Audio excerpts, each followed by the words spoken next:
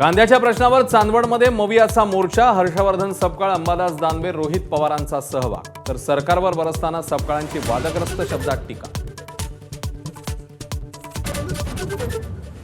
साठेबाजांवर watch ठेवा, इंधनासंदर्भात मुख्यमंत्र्यांच्या जिल्हाधिकाऱ्यांना सूचना. स्कूल बस आठवड्याला 3दा सेवा देण्याची शक्यता, तर एसटी प्रवासही महागण्याच्या वाटेवर.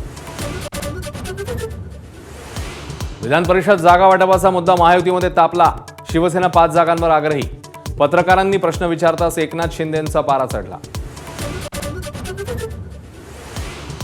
शिंदेंच्या शिवसेनेचं पक्षवाढीचं मिशन सुरूच. हितेंद्र ठाकूरांच्या बवियाला विलिनीकरणाच्या ऑफरची चर्चा. तर आगे आगे देखो होता है क्या म्हणत ठाकूरांनी सस्पेन्स वाढवला.